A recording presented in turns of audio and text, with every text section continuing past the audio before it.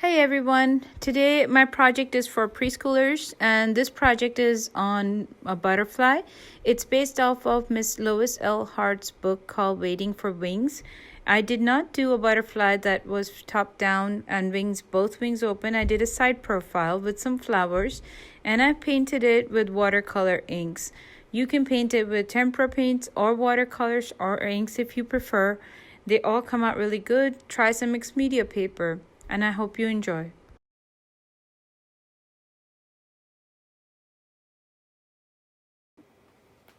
Hi everyone, so let's get started. Our project it's called Waiting for Wings. It's by Lois L. Hart.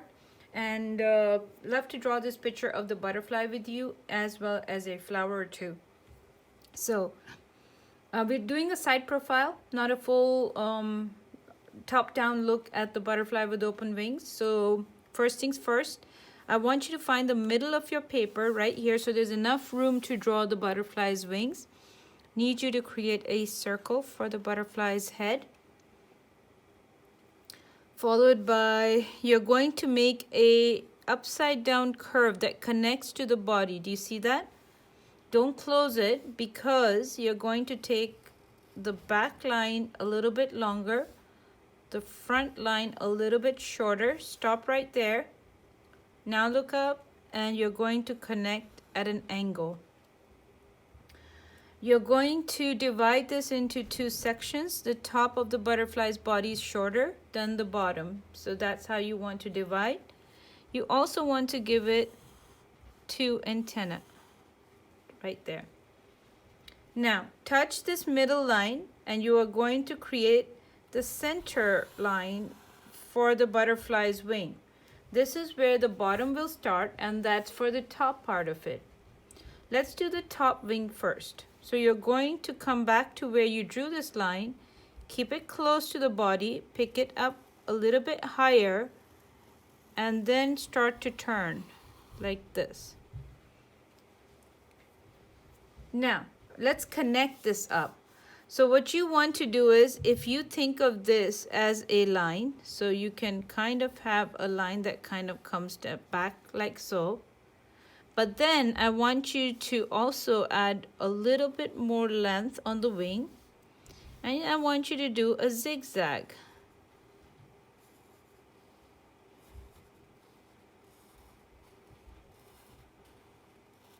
Right there.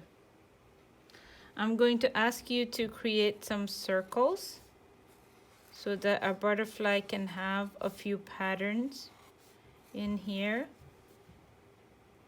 And I'm going to ask you to create some like triangles. It's like patterns, you know.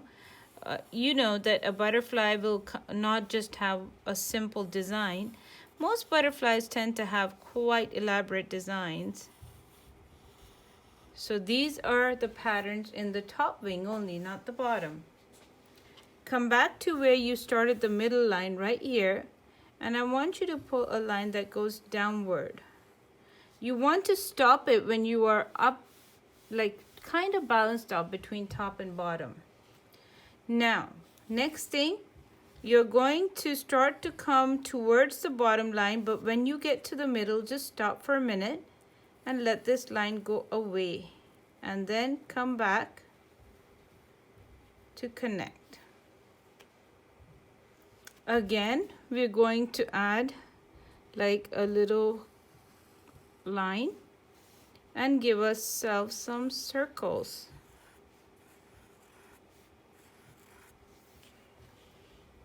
But the bottom part of this butterfly only has one big black stripe right there. That's it. Now, we're going to make some flowers. This is all we need to do for our butterfly. Let's go to the flower. So the flower, I want you to leave some room. Don't be too close to a butterfly. Make yourself the center circle like this. I want you to add a second circle around it. And then you're going to make a zigzag all the way around. So what do I mean? Start from any place that you feel you are happy, and you don't have to worry about this being perfectly even or geometrically very well balanced. This is a flower, and a flower has many sizes and shapes. So this is one flower, and I want you to add a second one here, a smaller one. So we'll make a smaller circle. Remember to stop the video whenever you want. Second, and you are going to zigzag it again.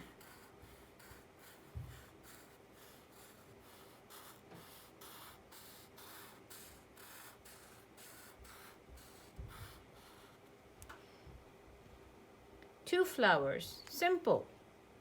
Next, create a stem to the bottom of your paper. Make two double lines next to each other, copying each other. And this way you can have two flowers.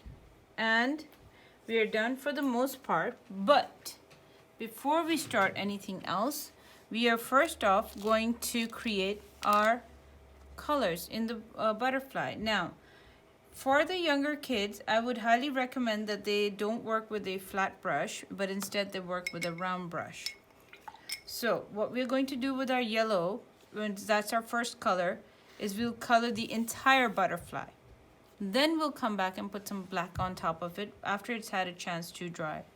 So I'm not going to try to save anything anywhere. I'm just going to keep it very simple. Look at how I follow the lines, and look at where I'm holding my brush. It's like as if I was holding my writing pencil or something. I want to make sure that I have a lot of control on my brush and that I can trace my outlines. I want you to do what we call tracing lines. Please take some time to get them all done. Do not be in a rush. When you go too fast, you may either get like everything done at a fast pace, which is also true, but then you may compromise the quality. I'm not sure that when you look at artwork, which artwork do you prefer to see when you are admiring other people's artwork? Do you like the ones that have too many lines and they have some white spaces and they have gaps and things like that, or is your choice of art something that is done really, really well? Well, this is a question I would ask you to ask yourself. That will tell you which type you would like to do. So I put some yellow in my bottom flower over here, like this. Now I'm going to let the butterfly dry along with my yellow. I'm going to grab some orange.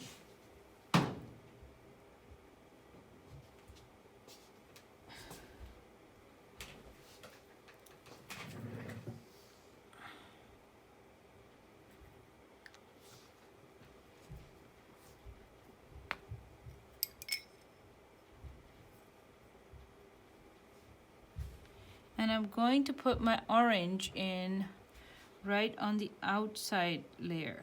I'm not going to use both as yellow. So this can be orange, yes. And I think I would like to have my outside of my flower to be like an orange. Now, because we did all these crazy zigzags, we have our work cut out for us. So take your time. Make sure that the tip of your brush kind of gets into the different places to make sure that it has a really clean cut edge.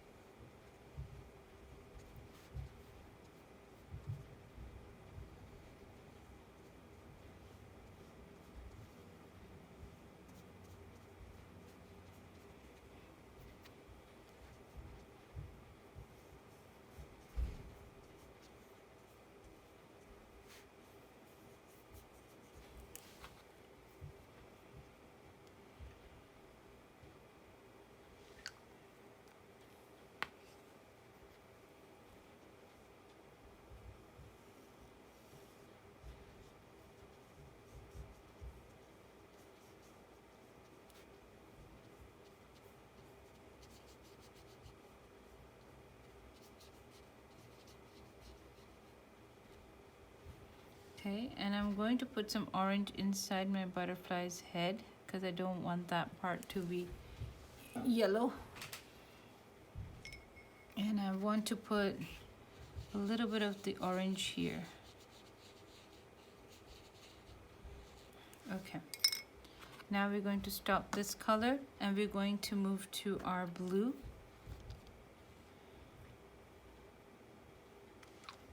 So for the blue, I'm going to allow my paint to dry still for a little bit. I'm going to add some water. So the way to kind of make any color look a little bit lighter than it's supposed to is by adding either water to it or just spreading it out.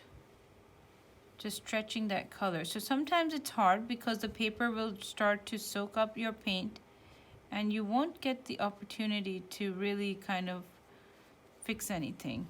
So if that be done, what you would want to do then is you would want to kind of add water first to the paint so that it's watered down, and you can then kind of work on everything else.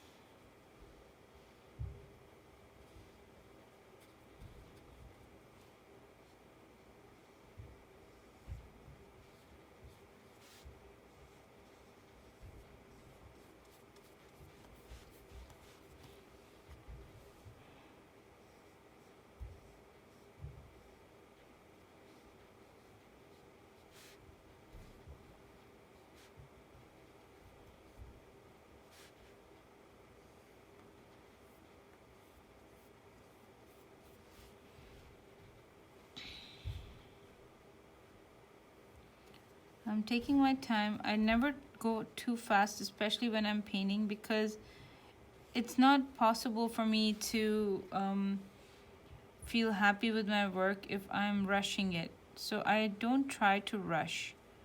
That's just me. I have to take my time on it, and if somebody tells me to go faster, I end up telling them, okay, that's all right. I will stop for right now and I will come back to this and I will finish it at a later date. But I do not rush it. It doesn't help my art. I mean, I've spent the time to draw it, so wouldn't I be worried about how well I painted as well?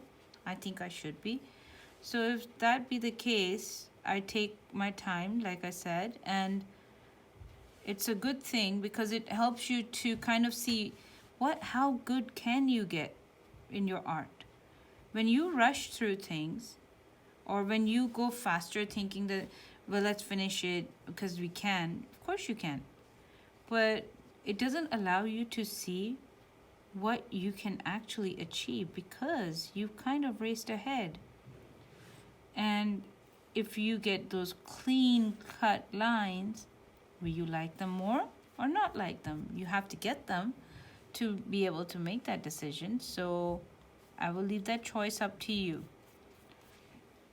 But this is something that I do talk to all my kids when they come to me at my schools, and I ask them this question repeatedly. And I also tell them that this is not a race. I'm not asking for who's going to be first. There is no special prize in this thing. So please do not go fast and tell me that you are done. It's not. That is not what we are asking you to do.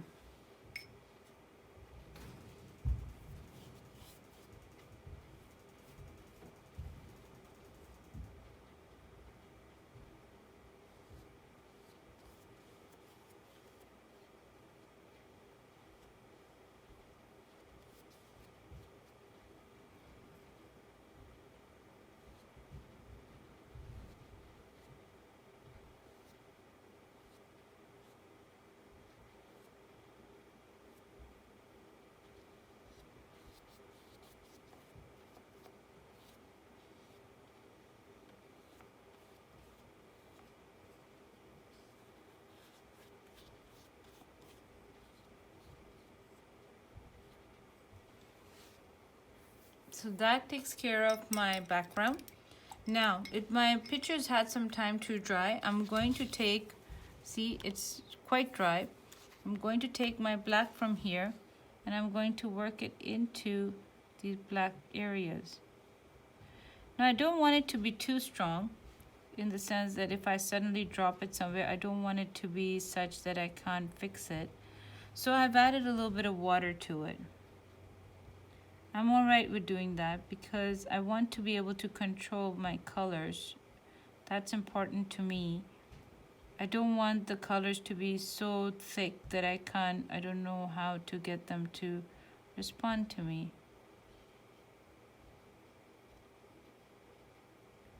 And I take my time. I circle around each and every circle. I really do need time on this thing.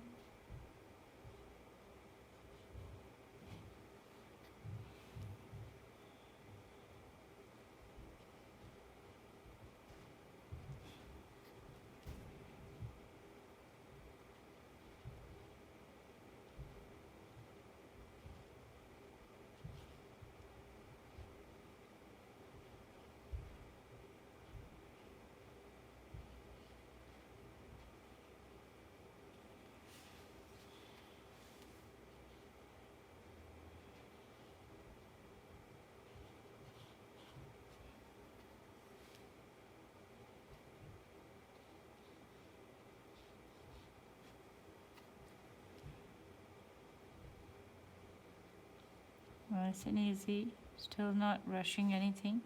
Going into the body, the lower part. Remember I told you the lower part is separate from the upper part, so you want to treat it a little bit differently. So you have that part. Now, how about the rest of it? I think I'm gonna grab some red now.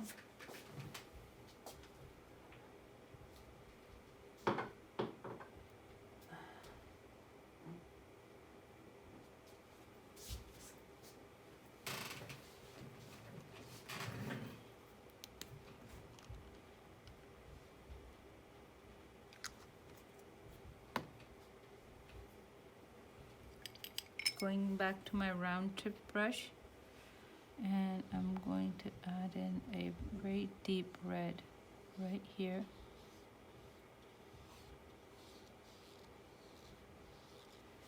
And I'm going to add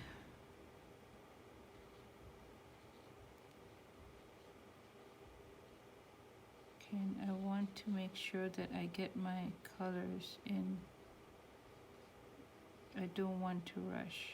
I know it's easy for me to go fast on this thing and just complete it, but I don't know. I just feel like then I'll feel like I didn't do my best. I don't know how else to explain it. And even if it's just simple recording such as this, so what? It still matters. So I will work on it.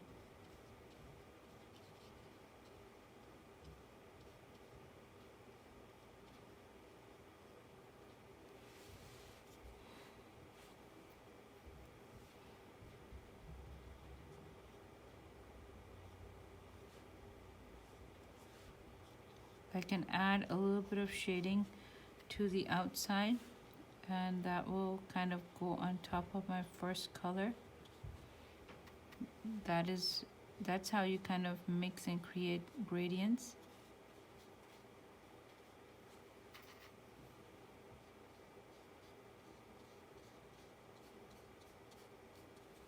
And I'll clean this off, and I'm going to get my yellow again, and I'm going to add that around this ring. So what it's going to do is it's going to mix in with all this cool stuff, the yellow, the red, and it will help me to kind of create something unique. There you go. I like that. Nice and vibrant and beautiful.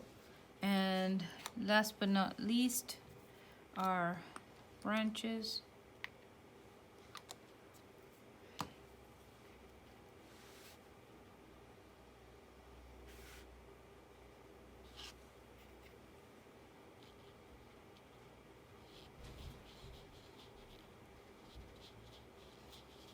There we are. So this was our project on Waiting for Wings. It's a beautiful book. Miss Lois L. Hart, I believe, does all her art by herself. And I think the way that I see her art is that she believes in a lot of beautiful collages, papers, and she creates her own paper. If my guess is right. I haven't had a chance to read up on her. Maybe there is a biography. I should try to find it. But Miss Lois L. Hart does all that stuff because you can tell by the way that the art looks in all her fantastic books that she's got a thing for beautiful paper and variety. So this is my project. I hope you enjoyed it. Now take your time on this and use the colors of your choice. You do not have to do the colors as I'm doing them. You can change it up and enjoy yourself. Have a lot of fun. Bye now.